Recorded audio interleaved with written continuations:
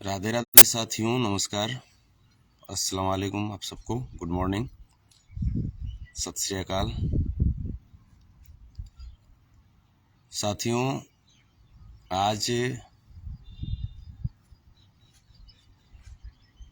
बहुत ही गंभीर मसले पे मैं लाइव आया हूँ। और जैसा कि आप सबको पता है कि तमिलनाडु में नॉर्थ इंडियन माइग्रेंट्स पे किस प्रकार से हमला किया जा रहा है।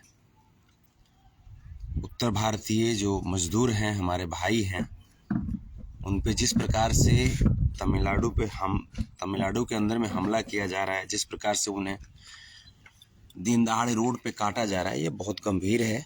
और हम इन घटनाओं की कोटि कोटि निंदा करते हैं और कहीं से बर्दाश्त करने के मूड में नहीं है।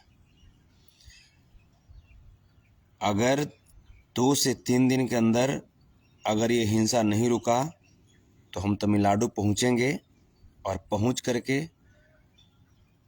जो हमारा काम होता है, जिस रूप के लिए आप सब हमें जानते हैं, जो कटिहार रूप आपने हमें देखा हमारे अंदर, वही रूप जा करके तमिलनाडु सीएम हाउस के सामने दिखा देंगे।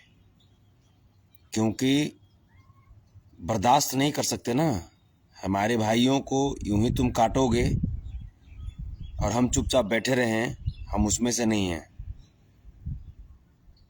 टीट फॉर टैट, जैसे को तैसा हम जवाब देना जानते हैं। ये तमिलनाडु तुम्हारे बाप का नहीं है, ठीक है? तमिलनाडु पूरे भारतीयों का है, चाहे देश का कोई भी कोना हो।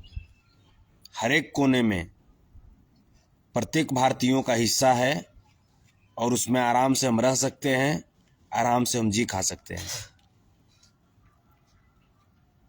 खास करके जिस प्रकार से जो रवैया हम देख रहे हैं गृह मंत्री जी का, अमित शाह जी का, ये बहुत दुर्भाग्यपूर्ण रवैया है कि आप उत्तर भारत में आकर के आप चुनाव लड़ लेते हैं, उत्तर भारत से आप वोट ले लेते हैं और उत्तर भारतीयों को आप यूं ही आप कटवाते रहते हैं देश के विभिन्न हिस्सों में।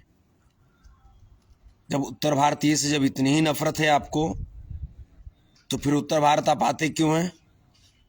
सिर्फ उत्तर भारतीयों को आप वोटर के रूप में जानते हैं।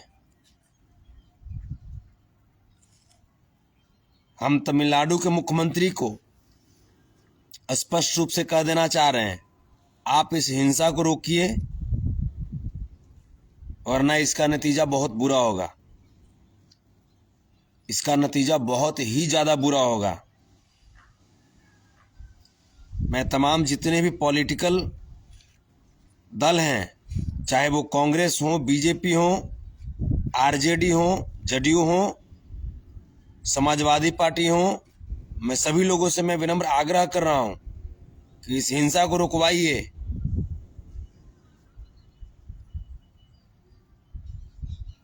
इस हिंसा को रुकवाइए, वरना जनता जवाब देना जानती है।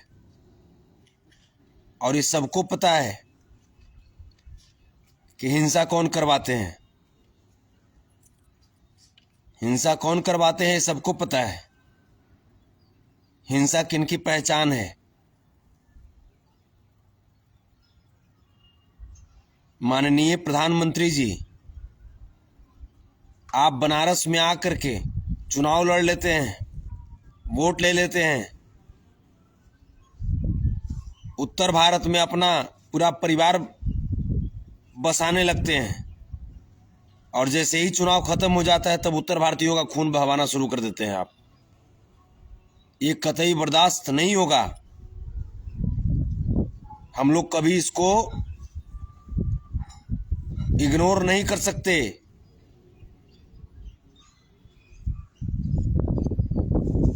हम तमिलनाडु के मुख्यमंत्री एमके स्टालिन जी से विनम्र आग्रह कर रहे हैं कि इस घटना को गंभीरता से लेते हुए इस घटना में जितने भी दोषी हैं उन पर कार्रवाई कीजिए और इस घटना को रोकिए।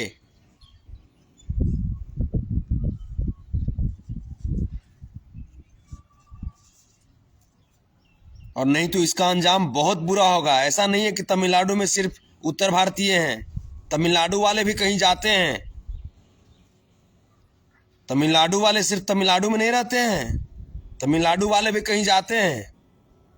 एक वक्त था ना जब राज ठाकरे और बाल ठाकरे, उद्धव ठाकरे तांडव मचा के रखा था महाराष्ट्र में। क्या स्थिति हुई देख रहे हैं ना। तो नंगा नाच मत करो, वरना नंगा कर देना जानते हैं हम लोग।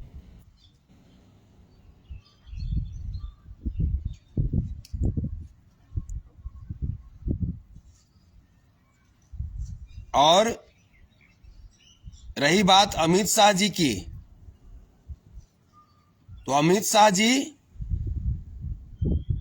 वोट यहां पे आपको दिया गया है ना, उत्तर भारतीय वोट आपको दिए हैं ना कि एमके स्टालिन को दिए हैं वोट। तो उत्तर भारतीय जब आपको वोट दिए हैं, और आपको वोट दिए हैं या नहीं दिए हैं, आप देश के गृह मंत्री हैं, तो ये आपकी दायित्व बनती है कि आप देश को कैसे आप एकता के सूत्र में बांधेंगे,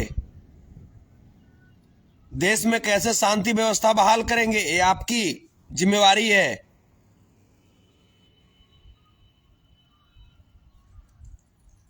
और भाजपा बैठ करके जो नंगा नाच करवा रही है और देख रही है, ये कतई बर्दाश्त वाली बात नहीं है।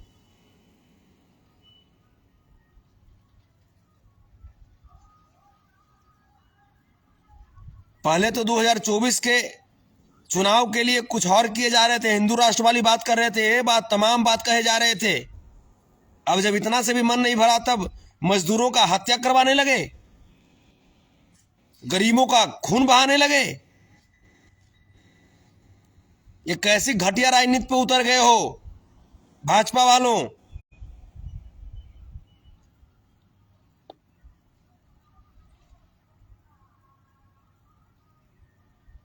और कहां चले गए देश के चौकीदार। देश के अंदर हिंसा फैली है। तमिलनाडु में उत्तर भारतीयों का खून लगातार बहाया जा रहा है, चौकीदार कहां गायब है। चौकीदार नींद से तो जागो।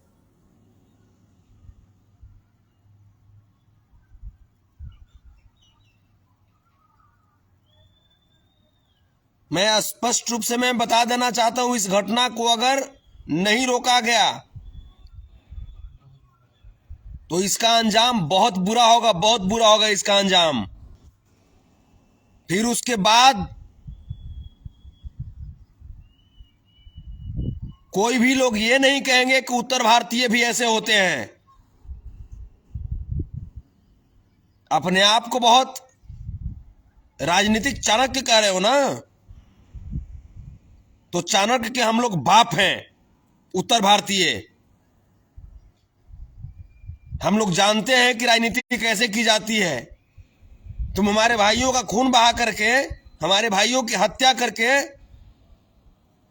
देश में उन्माद फैलाना चाहते हो, और उन्माद के बदौलत तुम वोट लेना चाहते हो, तो हम ऐसा नहीं होने देंगे।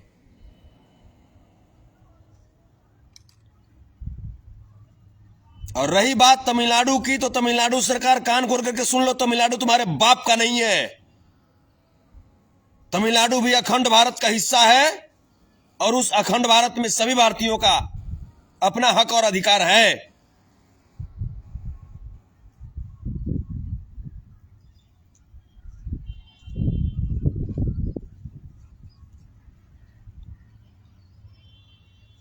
अरे तमिलनाडु सरकार, तुम्हारे यहां हमारे भारतीय मजदूर इसलिए चले गए क्योंकि 17 साल तक यहां पे बिहार में जिसका शासन व्यवस्था था ना, वो भाजपा थी,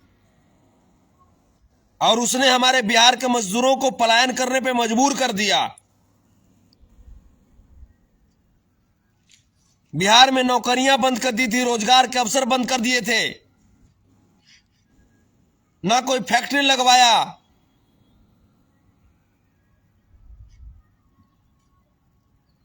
इसीलिए यहां के मजदूर, यहां के मेरे भाई, मेरे गरीब दोस्त पलायन करके कभी तमिलनाडु तो कभी हरियाणा कभी गुजरात जाने को मजबूर हो गए।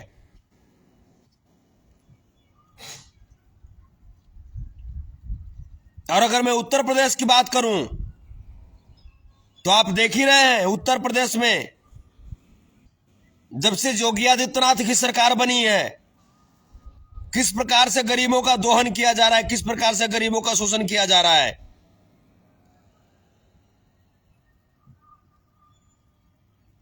तो तमिलनाडु मामले पे मैं बहुत गंभीर हूं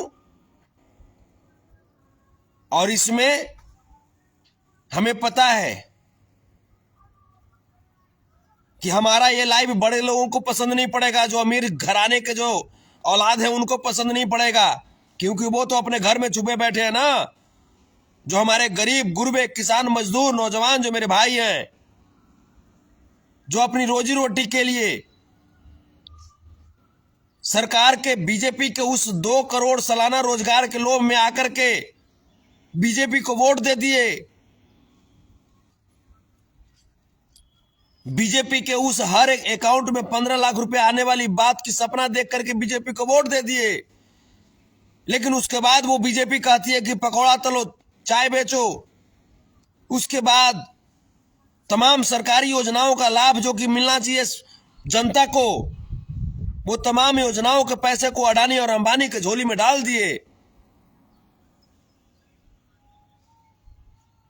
और जिनका पैसा था, जिनका हक था, आज वो मेरे सभी भाई तमिलनाडु गए हुए हैं, तो कभी गुजरात जाते हैं, तो कभी सूरत जाते हैं, तो कभी हरियाणा जाते हैं।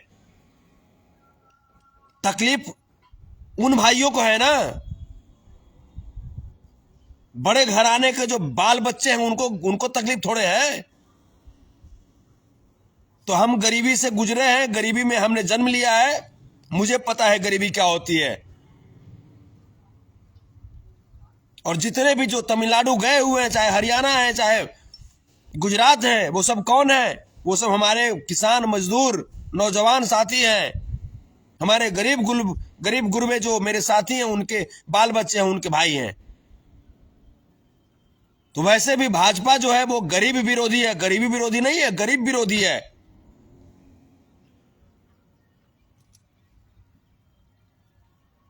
तो गरीब विरोधी रहो या कुछ भी रहो, हमारे भाइयों के अगर खून बहाओगे तो उसका बदला हम लेंगे, और उसका बदला लेंगे तब आंख से खून बह जाएगा और कोई पूछने वाला नहीं मिलेगा। घुटना से आंसू चलवा देंगे। इसलिए अमित शाह जी इस घटने को गंभीरता से लेते हुए, चूंकि आप देश के गृह मंत्री हैं,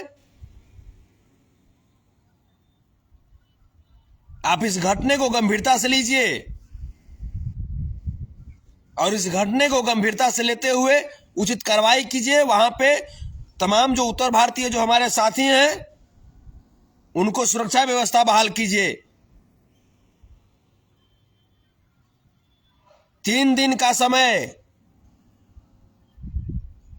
कल परसों और तरसों, अगर इस 3 दिन में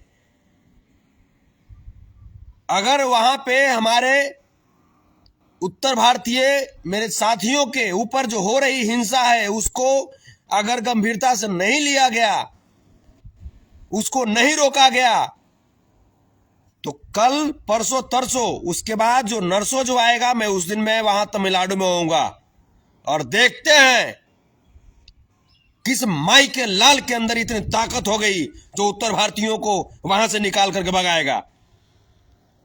देखते हैं किस मां ने ऐसा शेर पैदा कर दिया है। गिद्दड़ कहीं के, गरीब भाइयों को मारते हो, गरीब भाइयों को तुम मारते हो।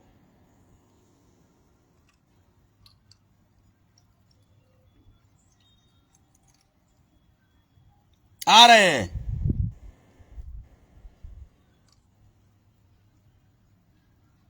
और मेरे भाई लोग एकजुटता दिखाइए। जितने भी उत्तर भारतीय हैं, अपने अपने जहां कहीं भी हैं, अपने अपने सबको जगाइए, चाहे वो जनप्रतिनिधि मुखिया हो या सरपंच हो या जिला परिषद हो, सबको जगा करके बोलिए कि चलो तमिलनाडु, चलो देखा जाएगा।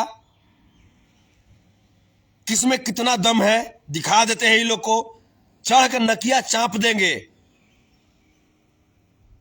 आज वही मजदूर किसान के बदौलत जिस बड़े घर में रह रहे हो ना, जिस बड़े बिल्डिंग में, वो बड़े बिल्डिंग तुम्हारे बाप ने नहीं बनवाए हैं, बल्कि वही मजदूर, वही नौजवान, वही किसान का बेटा पसीना बहा बहा करके वो बड़ा बिल्डिंग तुम्हारे लिए खड़ा करते हैं।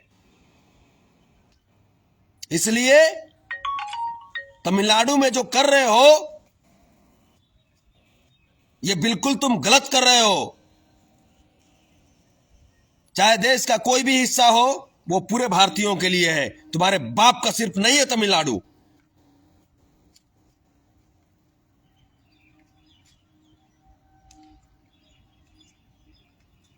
इसलिए मेरे साथी सब लोग जागिए और तमिलनाडु में जो हिंसा हो रही है, तमिलनाडु में जो उत्तर भारतीयों को जिस प्रकार से मारा जा रहा है, इसको गंभीरता से लिया जाए।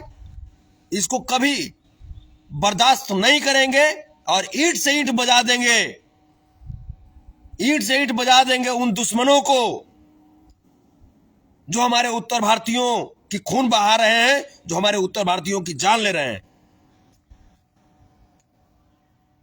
ऐसे ही जागे रहिए आप सब। बहुत बहुत धन्यवाद। जय हिंद, जय भारत।